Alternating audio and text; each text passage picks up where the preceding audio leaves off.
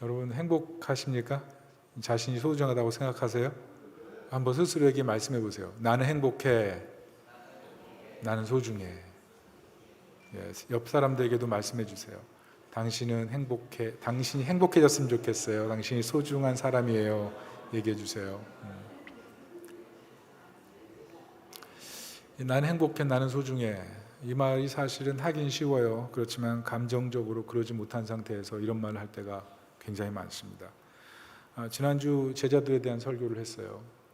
근데 제자도 설교를 듣고 도전을 받으신 분도 계시지만 부담이 되셔서 돌아가신 분도 있었을 겁니다. 제임스 텍스턴이라는 분이 선교에 대한 4가지 견해라는 책을 썼어요. 제가 이 책을 우연히 선물 받고 이제 읽게 됐는데 그 책에 그런 내용이 있습니다. 사람들이 왜 제자도를 어려워하는가? 그것은 실천적 이유를 너무 집중하기 때문이다. 사실 제자도 하면 무겁잖아요. 어려워 보이고 어떻게 따를 수 있을까 이렇게 생각하다 보면 또 조금이라도 따르지 못하다 보면 내가 무슨 제자야. 그래서 아예 시도를 안 하게 되는 그런 어려움이 있다는 겁니다. 실천적 의미만 너무 생각해서죠. 그런데 실천적 의미를 넘어서 신학적 의미를 좀 발견하라는 겁니다. 크리스토퍼 라이트라는 신학자는 이 실천적 의미를 넘어서 우리로 하여금 신학적 의미를 좀 바라보게 하는데요. 3가지 신학적인 의미로 정리할 수가 있습니다. 첫째는 교회가 제자로 하나님으로부터 부름을 받았는데 그 첫 번째 해야 될 일이 뭐냐면 대리 통치자라는 거예요. 하나님의 대리자로 부름받았다는 거죠.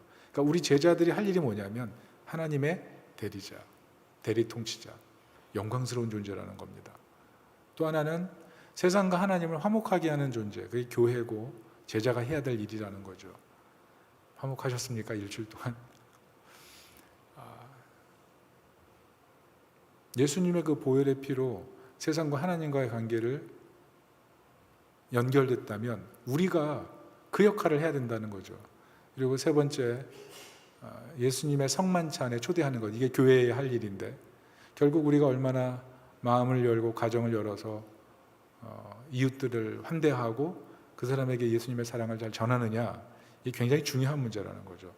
이런 신학적 의미를 좀 생각하면 도리어 실천적 의미 때문에 다가오는 부담에서 좀 더 벗어나서 내가 어떻게 살아야 되겠구나 이런 생각을 하게 된다는 거죠. 그런 의미에서 오늘 가나안 혼인잔치는 예수님의 첫 번째 표적으로서 기쁨의 잔치에 초대하는 그런 내용이에요. 오늘 이 말씀을 통해서 내가 정말 내가 지금보다 더 행복한 삶을 살게 되고 또 정말 내가 소중하구나 이런 것들을 깨닫는 축복의 시간이 되기를 예수님의 이름으로 축복합니다. 먼저 본문을 해석하게 되면 요한복음은 예수님의 기적을 모두 표적으로 표현했습니다. 오늘 이 세번역 성경에는 표징이라고 해석되어 있는데 이게 헬라어로는 세메이온이고요. 쉽게 말하면 예수님 누구신가에 대한 대답, 이게 표징, 표적.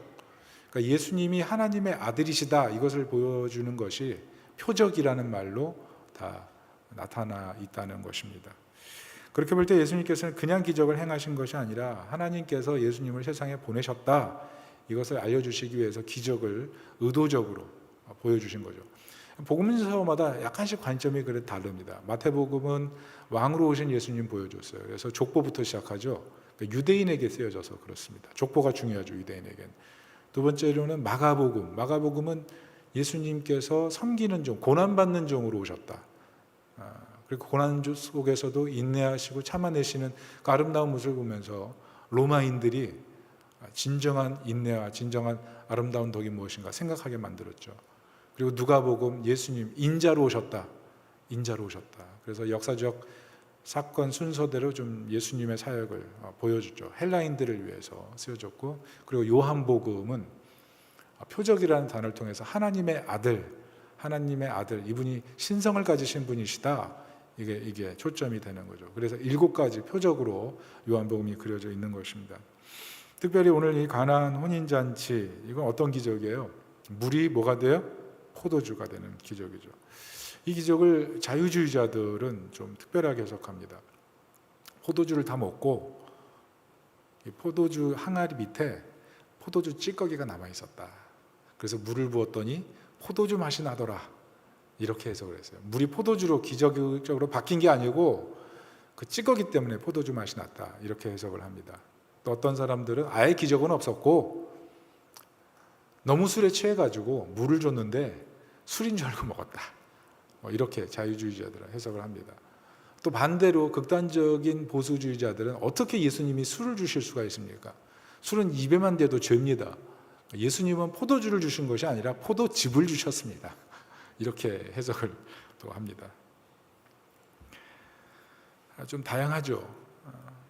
그러나 아무리 봐도 오늘 본문을 보면 예수님께서 물을 포도주로 바꾸신 기적이 좀 분명합니다. 왜냐하면 증인이 분명해요. 하인이 증인, 예수님의 제자가 증인, 그리고 예수님의 어머니가 증인이죠. 증인이 분명해요.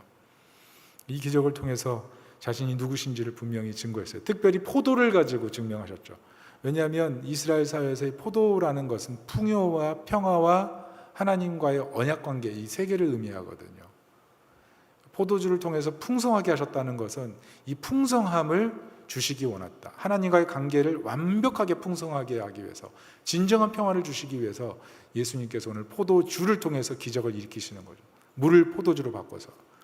이것은 우리로 하여금 이 땅에 살 때 참 거칠고 힘든 일상을 살아가는 우리로 하여금 어떻게 하면 정말 행복하고 소중한 사람으로 살 수 있을까를 가르쳐주는 핵심 기적이다, 이렇게 말할 수가 있다는 겁니다. 특별히 오늘 우리가 주목할 구절은 1절에 사흘 후, 그죠? 사흘 후라고 써 있죠. 라는 이 말입니다.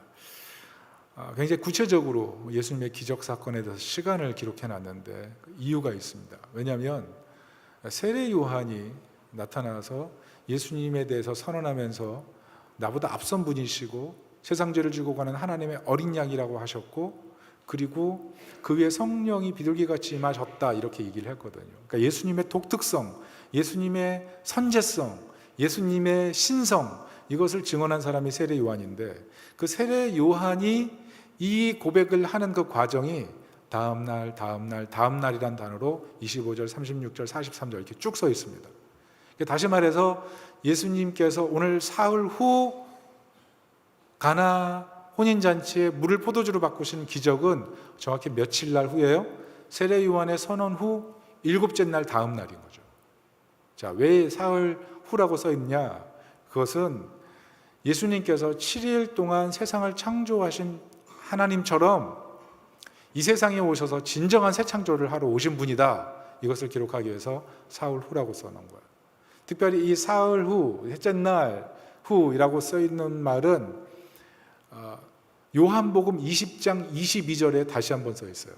근데 요한복음 20장 22절에 이 셋째 날 후라는 단어가 어디에 쓰였냐면 예수님의 부활 사건을 기록할 때 써 있어요. 잘 보세요. 셋째 날 후, 이것은 7째 날을 가리킨다 그랬죠. 가나 혼인잔치를 일으키신, 물로 포도주를 바꾸신 예수님, 진정한 풍요를 주시는 예수님이 부활 셋째 날 후 세상의 첫 부활의 열매로 세상에 가나안 혼인잔치와 같은 진정한 포도주의 기쁨을 주시기 위해서 예수님 부활하셨다, 이 내용을 알려주는 거죠. 그래서 셋째 날 후라는 단어가 요한복음에서 굉장히 중요한 단어고, 오늘 이 가나 혼인잔치에서 이 셋째 날 후라는 단어로 딱 시작을 하는 거예요. 예수님 다른 분이라는 거죠. 그래서 이 요한복음은 조금 어렵습니다. 상징적으로 좀 많이 그려져 있거든요. 그래서 요한복음을 독수리 서신이다, 이렇게 얘기를 해요. 이렇게 한 차원 높이 독수리가 있잖아요. 그런 것처럼 약간 요한복음은 그래서 잘 들여다봐야 돼요.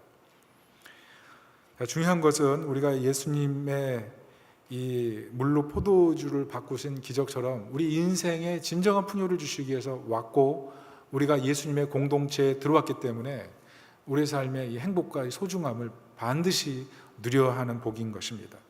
자, 오늘 본문에 들어가 보면 이 혼인잔치의 기쁨이 열리는데, 자, 이 혼인잔치는 상당히 성대한 잔치예요. 왜냐하면 물 항아리가 6개들이었는데 이 6개들이 항아리를 다 채웠거든요. 자, 이게 무슨 말이냐면 보통 유대인 결혼식은 7일 동안 열립니다. 그러니까 음식이라든지 포도주라는 게 엄청나게 소비돼요. 그러니까 다 소비되고 지금 포도주가 떨어진 거예요. 자, 이 떨어진 상황에서 이제 포도주가 다 아주 모든 사람에게 완전히 풍족할 만큼 채워지는 거예요? 아니면은 남은 사람에게 이제 먹어질 만큼 채워주는 거예요. 어떻게 보면 뭐 풍족하다고 하게 할 수도 있겠지만 남은 부분을 채우는 거죠. 아주 적절한 양을 채우는 거죠. 그런데 6개의 항아리인 거예요. 이 고대 유물을 추출해 보니까 이제 그 당시 이스라엘에서 사용했던 이 돌 항아리는 20갤론에서 30갤론이에요. 그걸 오늘날 리터로 환산하면 113리터. 그러니까 한 항아리에 1.5리터 콜라가 75병이 들어갈 수 있는 정도 양입니다. 6항아리니까 총 1.5리터로 환산하면 콜라 1.5리터로 450병이에요. 근데 이게 포도주라고 하면 이 혼인잔치가 어떤 혼인잔치예요? 굉장히 큰 혼인잔치인 거예요. 굉장히 성대한 혼인잔치인 거죠. 문제는 포도주가 없어요. 우리가 손님 초대했는데 먹을 게 없다. 이거 문제되지 않겠어요? 환대를 받지 못하는 것, 이스라엘 문화에서 굉장히 불쾌한 거예요. 그래서 결혼식에 포도주가 없는 것은 특별히 고소를 당할 수 있는 그런 상황이 될 만큼 아주 모욕적인 행동이었어요. 특별히 이스라엘 사회에서 이 포도라는 것은 방금 말씀드렸지만 풍요와 평화와 언약 관계를 형성하기 때문에 하나님이 주신 선물이 포도주였기 때문에 포도주가 없다? 말이 안 되는 거죠. 예전에 제가 아는 여집사님들이 선교를 갔어요. 근데 그 선교지가 사실은 이제 오늘날 잘 접근이 어려운 곳이에요. 그러니까 이란으로 이제 선교를 갔어요. 몰래 간 거예요. 근데 거기 이제 관계가 있어가지고 하여튼 집에 들어가서 잘 재밌게 지내다 왔는데 거기 가서 깜짝 놀란 것은 한국 사람들이 얼굴이 하얗고 이게 너무 아담하니까 이 아랍 사람들이 볼 때는 너무 아름다운 거예요. 그래서 이 여집사님들이 나이가 40대, 50대인데 가서 너무 사랑을 받고 왔어요. 당신 예쁘다, 당신 너무 아름답다, 소녀 같다, 이렇게 칭찬을 받고 오신 거예요. 돌아오고 나서 어땠을까요? 너무 행복한 거예요, 이분들이. 그래서 이분들의 로망이 뭐냐면 다시 선교 가자. 거기 선교 가도 안 되는 지역인데 다시 그곳에 가고 싶다. 노래를 부르시는, 노래를. 하여튼 본문의 문제는 이 환대의 문제인 포도주가 빠져 있다는 거죠. 여러분, 인생을 살면서 행복하고 싶은데 행복의 비밀을 모르는 사람들이 정말 많습니다. 마음속에 슬픔의 문제를 풀지 못해서 고민하는 분들이 굉장히 많은데요. 오늘 예수님께서 등장하셔서 진정한 행복과 기쁨의 근원이 뭔지를 알려주시는 거죠. 자, 오늘 마리아의 고백이 뭐냐면 포도주가 없다예요. 그리고 예수님께 얘기합니다. 예수님 뭐라 그랬어요? 아마 마리아가 이 연회에 굉장히 중요한 인물 중에 하나였던 것 같아요. 뭐 인척 관계라든지. 근데 포도주가 없는 것을 보고 포도주가 없다 이렇게 얘기했어요.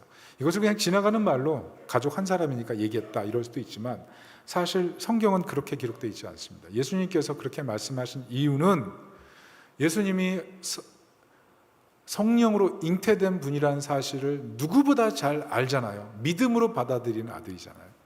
성령으로 수태고지 받아서 잉태된 아들일 뿐만 아니라 그리고 본문 요한복음 1장에 세례 요한이 나타나서 계속 뭐라 그래요? 하나님의 아들이신 그분이 세상에 오셨다는 얘기를 하는 거잖아요. 그러니까 마리아의 마음 가운데 어떤 마음이 생겨요? 믿음이 생기는 거죠. 특별히 세례 요한이 날 때 어땠습니까? 천사를 통해서 애를 갖지 못하는 친족 엘리사벳이 애를 가지게 됐다는 것을 듣고 축하하려고 찾아갔는데 그 엘리사벳의 뱃속에 있던 아이가 마리아가 우는 것을 보면서 막 뱃속에서 기뻐 뛰놀고 그리고 엘리사벳은 자기도 모르게 입술로 찬양하죠. 내 주의 어머니가 내게 오시는도다 이렇게 찬양하죠. 그것을 보면서 마리아가 더 깜짝 놀랐겠죠. 성령을 통해서 자신이 아이를 가졌다는 사실 누구에게도 말하지 않았는데 엘리사벳의 입술을 통해서 나오는 것을 보면서 자기가 지금 하나님의 역사 속에 있다는 사실들을 분명하게 깨달은 거죠. 그리고 예수님의 탄생 이후에 계속 성장하는 모습을 보면서 언제 하나님이 일하실까 이런 기대감이 있었다는 거죠. 그리고 드디어 오늘 포도주가 부족한 이 시간에 예수님께 말씀한 거예요. 포도주가 없습니다. 예수님 뭔가를 좀 해주십시오. 이렇게 얘기를 한 거죠. 자, 그런데 예수님 뭐라 그랬어요?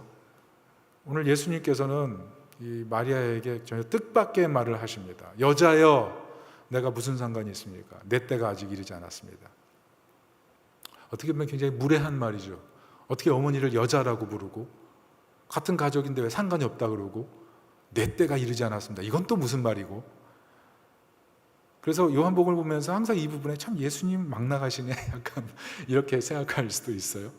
그런데 유대 표현에 있어서, 당시 헬라 표현에 있어서 여자여는 여성에 대한 극존칭 표현이에요. 우리가 좀 이것을 잘 이해하고 이 성경을 봐야 돼요. 그리고 무슨 상관이 있나니까 이것은 예수님께서 어머니 신경 쓰지 마세요, 이렇게 그냥 매몰차게 얘기한 것이 아니고, 하나님의 이적은, 하나님의 역사는 하나님의 때에 일어나는 것이지 인간관계 부탁을 통해서 일어날 수 있는 일이 아닙니다, 이런 얘기를 한 거예요. 그리고 내 때가 아직 이르지 아니하였습니다, 이 말은 무슨 말이냐 하면 예수님께서 내 때라고 하신 것은 십자가와 부활에 대한 얘기인 거죠. 다시 말해서 예수님은 공생애를 살아가시면서 계속 죽음의 십자가와 부활을 바라보면서 굉장히 인류의 무거운 짐을 지고 인생의 슬픔, 인생의 불행을 어깨에 짊어지고 계속 걸어가셨다는 것을 알 수가 있어요. 예수님의 고독함, 이게 나타나는 이 문장이 내 때가 이르지 아니하였나이다, 이 말씀입니다. 자, 중요한 것은 예수님께서 그 말씀을 하셨지만 하나님의 아들이심을 알려주시기 위해서 물을 포도주로 바꾸는 기적을 행하셨다는 것입니다. 자, 잠깐 짚고 넘어갈 내용이 있어요. 술 문제인데요. 여러분 술 드십니까? 안 드십니까? 술 드십니까? 안 드십니까? 청년 때부터 사실 고민하게 되고, 직장 생활하면 당연히 고민하게 되고, 또 요즘은 또 포도주를 또 응용하는 문화잖아요. 또 자기 집에 포도주 냉장고를 갖고 계신 분들도 상당히 많으신데, 술을 먹어야 되느냐 말아야 되느냐, 이걸 좀 우리가 좀 잠깐 살펴볼게요. 분명한 것은 우리가 이스라엘 문화를 보면서 전제 두 가지가 틀렸다는 것을 알아야 됩니다. 전제 두 가지가 틀렸어요. 첫째 전제는 뭐냐면 이스라엘은 포도주를 물처럼 사용했다, 이 전제 틀렸습니다. 이스라엘 사람들이 물처럼 사용한 것은요, 포도주가 아니고 포스카라는 음료예요. 포스카. 이 포스카가 뭐냐면 물에다가 포도 식초를 희석해서 마신 거예요. 이것은 로마 병사들의 주 음료로 사용된 물이에요. 포스카. 예수님이 십자가 지시고 마지막 죽으실 때 드신 음료가 포스카예요. 그러니까 유대인들이 석회질 물이니까 포도주를 주로 음용했다라고 생각하는데 그게 틀린 말이에요. 왜냐하면 포도주는 지금도 귀하지만 그때는 더 귀했어요. 보관이 쉽지가 않았기 때문에 포도주를 음용했다? 그렇지 않습니다. 그리고 이스라엘 사람들은 포도주를 언제 먹었냐? 음용한 것이 아니라 잔치 때만 먹었어요. 비쌌기 때문에 잔치 때만 먹었어요. 자, 이런 전제를 넘어서 우리 다시 돌아보면 포도주는 이스라엘 사회에서 어떤 거였냐면요, 절제였어요. 따라합시다. 절제. 과음하는 용도가 아니었어요. 절제하는 용도였어요. 비쌌기도 했지만 이게 하나님의 선물이었기 때문에 이 하나님의 선물을 막 사용하지 않았어요. 그래서 과음하지 않고 딱 절제된 상황에서 먹었어요. 오늘 예수님께서 어떻게 하세요? 사람들 술 먹고 어떻게 해요? 만약 흥청망청했으면 예수님 술을 더 안 줬을 거예요. 그런데 포도주를 또 만들었어요. 그것은 절제된 미학 속에서 절제의 미 속에서 사람들이 술을 먹고 포도주를 마시고 있었다는 거죠. 그래서 이스라엘 문화권 안에서 절제의 미가 있었기 때문에 예수님이 6대는 항아리에 포도주를 가득 주셔도 문제가 없었다. 자, 그래서 술은 절제, 과음해서 될 문제가 아니라는 겁니다. 특별히 에베소서 5장 18절은 술 취하지 말라, 이는 방탕한 것이니 오직 성령의 충만을 받으라, 이 얘기를 했습니다. 자, 두 번째는 교회 헌법이 뭐라고 써 있어요? 술, 담배 하지 마라, 먹지 마라, 이렇게 써 있습니다. 이게 상당히 참 오늘 사회에서는 우리 믿는 사람들에게도 어려운 교회 헌법인데요. 왜냐하면 성도의 거룩성을 지키라는 말이에요. 세상에 성도는 선교사로 부름받았다는 거죠. 특별히 우리나라는 어떻습니까? 술 권하는 사회, 아직도 억지로 먹이는 사회, 그런 게 있어요. 물론 많이 요즘 그렇지 않지만 아직도 회식 문화 속에서 그런 문화들은 존재합니다. 우리나라가요, 아시아에서 술 소비 1위예요. 한 사람당 1년에 10리터씩 먹어요. 근데 우리 중에 10리터씩 드시는 분이 있다면 어떨지 모르겠어요. 이 10리터가 양으로 따지면 상당히 큰 거잖아요. 문제가 뭡니까? 모든 죄는 술 때문에 생겨요. 대부분의 죄. 우리나라 특별히 음주하고 짓는 죄에 대해서 약간 관대한 그런 부분들이 있잖아요. 이게 참 어떻게 보면 굉장히 위험한 거라고 생각하고 다른 나라 법들은 좀 그러지 않은 것들도 많다, 이렇게 우리가 알고 있는 경우도 있는데, 자, 문제는 성도는 술 없이 기뻐하고, 그리고 슬픔 많은 세상 속에서 하나님과 동행하기 때문에 이것을 술 없이 이겨낼 수 있기 때문에 어떻게 보면 믿지 않는 사람들이 기쁘기 위해서 술을 먹고 슬픔을 달래기 위해서 술을 먹는데, 성도들이 보여주는 그 모습이 전도의 도구가 되는 거죠. 만약 우리가 똑같이 행동한다면 세상 사람들이 너랑 나랑 슬픔을 이기는 방식이 똑같고 기쁨을 얻게 추구하는 방식이 똑같다면 너랑 나랑 뭐가 달라, 이렇게 말할 거예요. 그러니까 선교적으로 살기 위해서 조심해야 된다는 겁니다. 그리고 하나님의 법에 어긋나지 않더라도 양심의 법에 어긋나면 그 문제인 거예요. 성령께서 우리에게 임하실 때 양심을 새롭게 하시거든요. 하나님의 법에 어긋나지 않더라도 양심의 법에 어긋나면 그 문제가 되는 거죠. 정리하면 절제, 두 번째는 성령 충만의 기쁨이 더 중요하고, 그리고 믿음으로 해야 돼요. 믿음으로. 양심의 법에 어긋나지 않도록 믿음의 법에 서서 그것을 행하는 모습이 있어야 된다는 겁니다. 자, 오늘 이제 본문에 좀 더 들어가서 오늘 우리가 정말 다뤄야 될 내용, 그거 한 가지 오늘 다루고 오늘 설교를 마치도록 하겠습니다. 자, 오늘날 우리가 살면서 행복, 나의 소중함, 이것을 잃어버린 이유가 뭡니까? 오늘 본문에서 우리에게 도전하는 내용이 뭐예요? 순종에 대해서 얘기하죠. 마리아가 무엇이든 시키는 대로 하라 얘기했고, 예수님은 하인들에게 여기 물을 채워라, 연회장에게 갖다 주라, 이렇게 얘기했어요. 그리고 그 과정 속에서 기적이 일어나서 물이 포도주가 됐습니다. 어떻게 보면 물 떠온 하인들은 이게 무슨 일인지 굉장히 놀랐을 것 같아요. 그리고 예수님이 그 일을 시켰을 때 이게 사실 상식선에서 말도 되지 않는 일을 시킨 거잖아요. 그런데 눈앞에 기적이 일어난 거예요. 그리고 11절 보면 이 기적 때문에 제자들이 예수님을 따르게 되는 결정적 이유가 됩니다. 순종이 기적을 갖고 온다. 물론 우리 팀 켈러가 말한 것처럼 순종은 하나님의 기적을 얻어내는 수단이 돼서는 안 돼요. 내가 이렇게 순종했으니까 하나님 이런 기적을 주세요, 이렇게 하면 나의 순종이 하나님의 의지보다 높아버리잖아요. 그러면 내가 내 마음대로 순종을 가지고 하나님을 이용하는 방식이 돼버리기 때문에 잘못된 거죠. 그래서 진짜 순종은 뭐냐면 하나님을 사랑하기 때문에, 하나님을 신뢰하기 때문에 순종하는 것, 그게 가장 아름다운 거죠. 그러나 오늘 말씀을 보면 이 하인들은 아무것도 몰라요. 그냥 시킨 대로 했어요. 시킨 대로 할 뿐만 아니라 이 사람들은 그냥 아구까지 채웠어요. 그런데 기적이 일어났어요. 이것을 볼 때 때로 말씀대로 그냥 순종했을 때 나타나는 놀라운 기적들도 있는 거죠. 때로는 알고 가는 게 아니라 믿고 가는 거예요. 절대적인 신뢰, 절대적인 믿음, 이게 필요한 거죠. 근데 우리 일상에 보면 쉽지가 않습니다. 왜냐하면 우리 마음속에 의심이 있거든요. 의심이 있고, 또 보면 맹목적인 복종을 요구하는 것 때문에 마음이 불쾌할 수가 있어요. 그래서 순종의 순간에 도리어 의심하게 되고 맹목적인 복종을 요구하는 것처럼 생각돼서 불쾌해서 순종하지 않는 경우들이 생기죠. 인간관계에서도 그렇고 하나님과의 관계에서도 이런 일이 많이 생깁니다. 그러나 순종이 사실 은혜를 부르는 거죠. 그래서 키에르케고르 같은 사람은 믿음의 도약이 필요하다고 했어요. 믿음의 도약이 필요하다고 하면서 키에르케고르가 예로 들었던 사람이 아브라함입니다. 여러분, 아브라함은요, 두 가지 모순에 봉착해요. 첫째는 윤리적 모순에 봉착해요. 선하신 하나님이 아들을 죽이라? 말이 안 되잖아요. 그리고 하나님이 이삭을 약속의 아들로 줬고 그 약속의 아들이 하늘의 별처럼 많아지는 거거든요. 그러니까 하나님의 약속과도 모순되는 거예요. 이 두 가지 모순을 지금 아브라함이 당면해서 굉장히 갈등하고 고뇌했다는 거죠.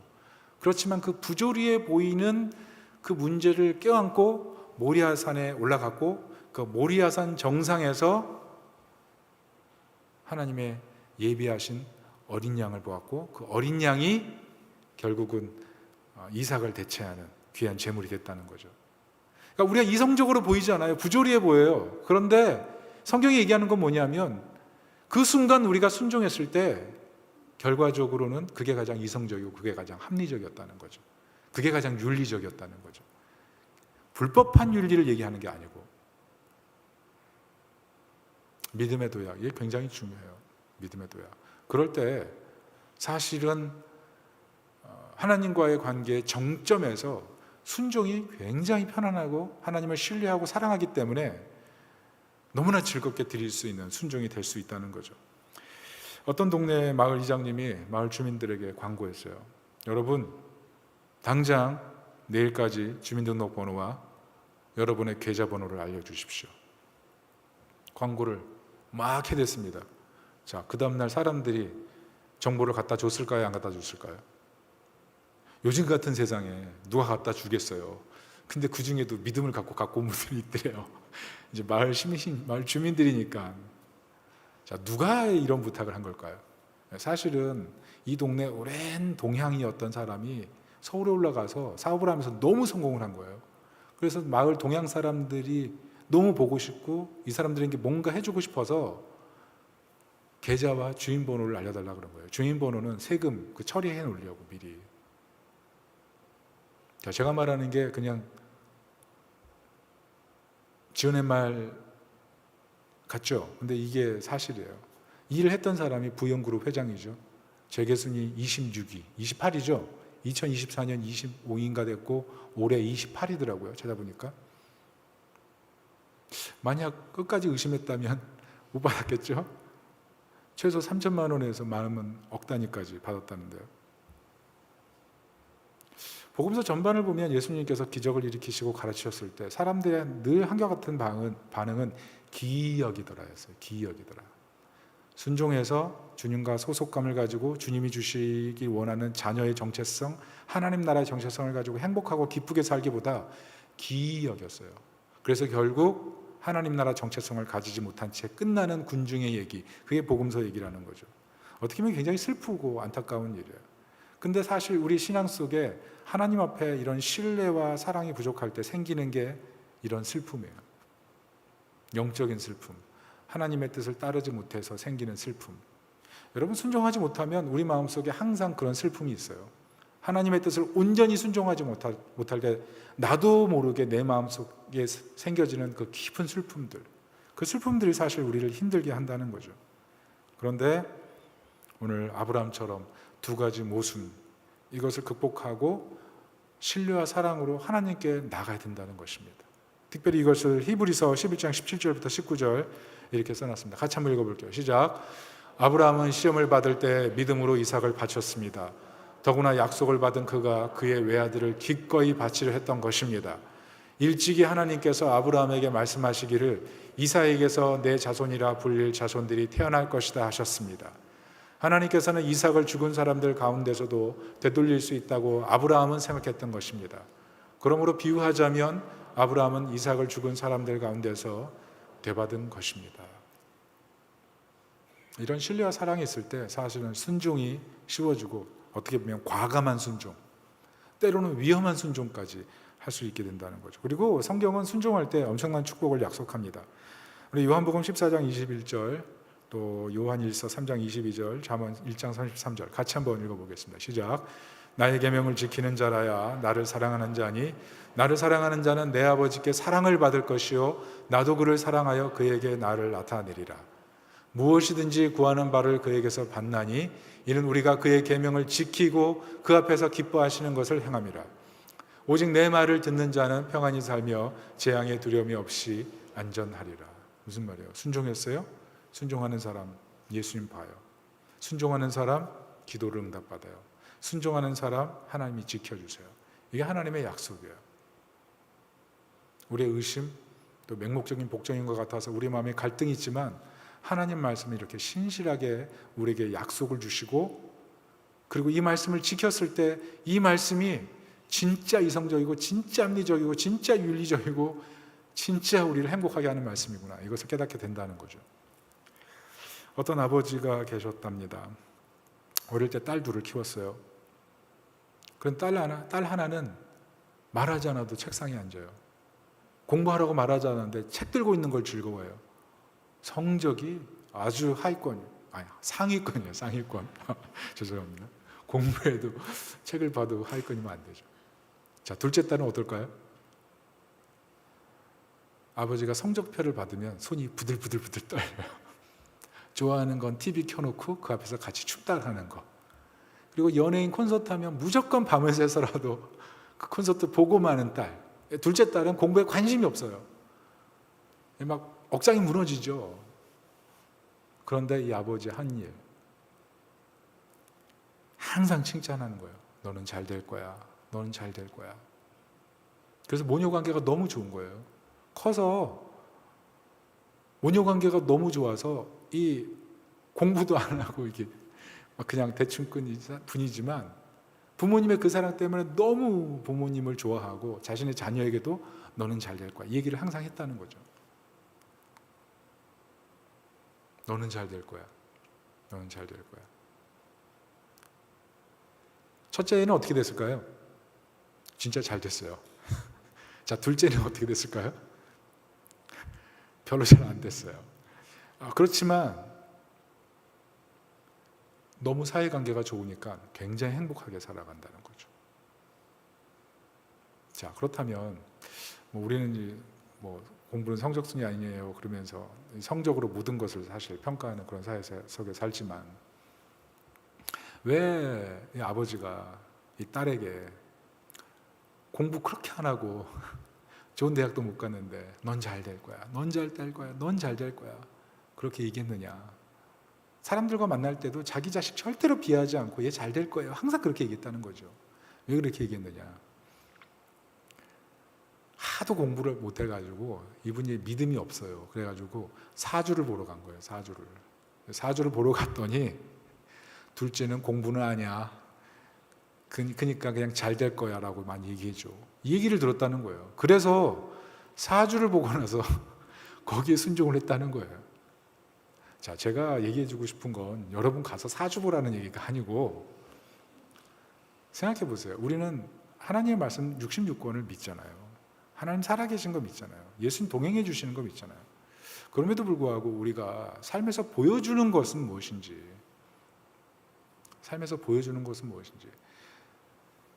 사주 그거 하나 받고도 평생 자기 자녀에게 너 잘 될 거야 그렇게 얘기해서 살아가는 사람도 있는데, 우리 매번 설교 듣고 매번 하나님 말씀 읽고 심지어 안송까지 하는데 우리 삶에 정말 어떤 모습으로 살아가고 있는지 생각해 보라는 거죠.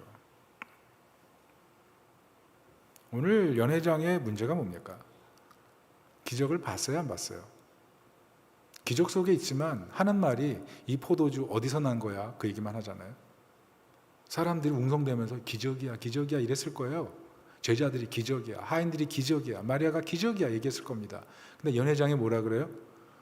사람들은 좋은 포도주를 먼저 내고 나중에 나쁜 포도주를 내는데 당신은 어떻게 좋은 포도주를 지금 내십니까? 이 얘기만 하잖아요. 기적의 상황 속에서 예수님이 하나님의 아들이십니다, 당신이 정말 행복의 비밀입니다, 이렇게 받아들인 것이 아니고 그냥 좋은 포도주 먹은 걸로 끝났다는 얘기죠. 여러분이 신앙생활 하면서 예배 잘 드리고 사람들이 변화된 거 기뻐하고 교회 와서 말씀 듣고 정말 은혜 받아서 찬양하고 이런 일들 다 할 수 있어요. 그런데 예수님을 하나님의 아들로 믿고 그분을 따르지 않을 수 있다는 것. 오늘 본문을 보면서 우리는 내가 연회장의 믿음인지 물도온 하인의 믿음인지를 생각해 보세요. 물도온 하인은 굉장히 단순했어요. 그리고 적극적이기까지 했죠. 그리고 기적에 참여했어요. 여러분, 우리는 정말 예수님 제대로 따르고 있는지를 한번 생각해 보세요. 왜? 무엇이 문제인가? 결국 원함의 문제예요. 원함. 나의 원함의 문제예요. 제가 어제 설교 준비하다 이걸 정말 깨달았어요. 왜냐하면 어제 이제 목장 2개가 모여가지고 점심 식사를 해 먹었거든요. 저 그릴에서 고기를 맛있게 구워 먹었어요. 그릴이 오고 나서 우리 교회 행복지수가 올라갔어요. 토요일 날마다 고기를 굽는데 정말 토요일마다 설레임이 있어요. 누가 꼬먹나 이런 설레임이 있어요. 근데 여러분, 그 마당에 가면 우리 교회에 감나무가 한 그루가 있습니다. 감나무. 작년에는 땅을 개량하지 않아서 거의 하나도 감이 안 열렸어요. 그런데 올해는 땅을 개량해 놨더니 엄청나게 감이 열린 거예요. 그래서 속으로 제가 저 감을 언제 따지? 이런 생각을 하고 있었거든요. 그런데 어제 목장 모여가지고 고기를 굽는 그날 어떤 여집사님이 감 따는 막대기를 갖고 온 거예요. 그래서 사갖고 와가지고 딱 들고 온 거예요. 얼마나 좋던지. 그런데 그분이 자기 남편에게 좀 따달라고 부탁을 한 거죠. 그래서 그 남편이 막 감을 따고 있는데 사람들이 서로 하고 싶어서 그 밑에 딱 줄을 쓰는 거예요. 이번엔 내가 딸게, 이번엔 내가 딸게. 너무 좋아하는 거죠. 그 사람은 원함에 반응하는 거예요. 원함에. 자, 그런데 문제가 뭡니까? 원함이 틀릴 때는 사람은 그 원함의 즐거움이 어느새 굉장한 섭섭함으로 바뀔 수가 있어요. 그 감을 따가지고 어제 꽃감 만들기로 했거든요. 그래서 여집사님들 다 모여가지고 이제 꽃감을 깎느라고 다 감을 깎았어요. 근데 하시는 말씀이, 아유, 우리 꼭 인형에 눈 붙이는 것 같아. 이렇게.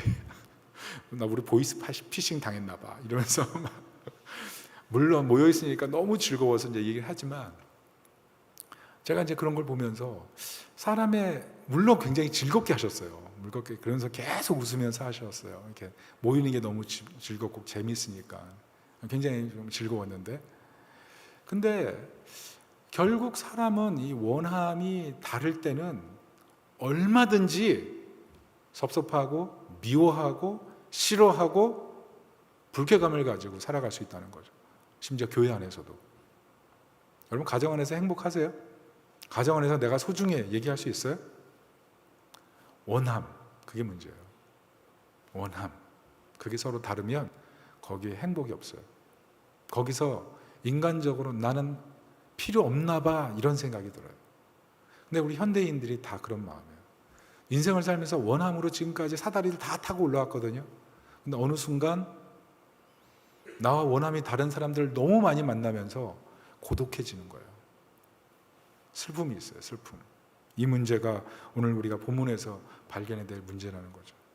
여러분, 지금 마음에 행복이 있습니까? 슬픔이 있습니까? 여러분 마음에 어떤 마음이 있습니까? 내 원함과 내 배우자의 원함이 달라서 지금 힘들게 이 자리에 앉아 계시지는 않습니까? 내 원함과 하나님의 원함이 달라서 하나님께 섭섭한 마음이 있어서 그냥 의무적으로 예배드리고 있지는 않습니까? 우리가 그런 신앙생활 할 때가 너무 많다는 거죠.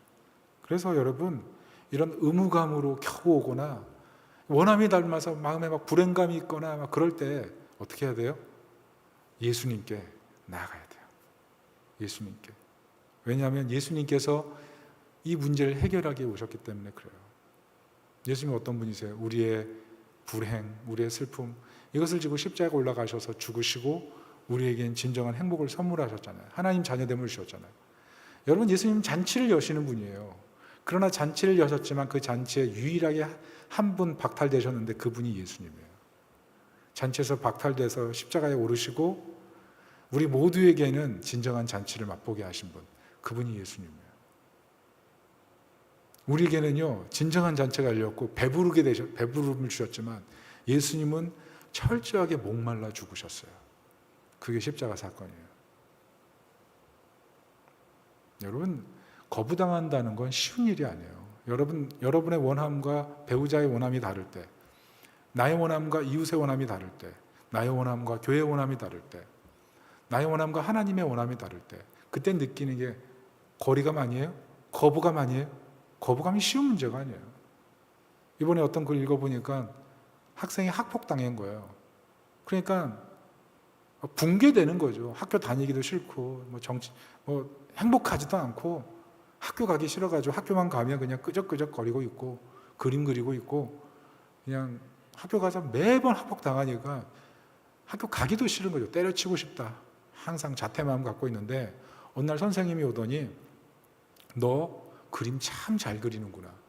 미술 선생님이었거든요. 그 얘기 듣고 그림을 더 열심히 그렸대요. 그러다 보니까 선생님이 또 보고 또 칭찬해주고 또 칭찬해주고, 그러고 나서 나중에는 미술을 결심했다는 거예요. 그런데 놀라운 것은 이 미술 선생님이 고3 때까지 담임이었어요.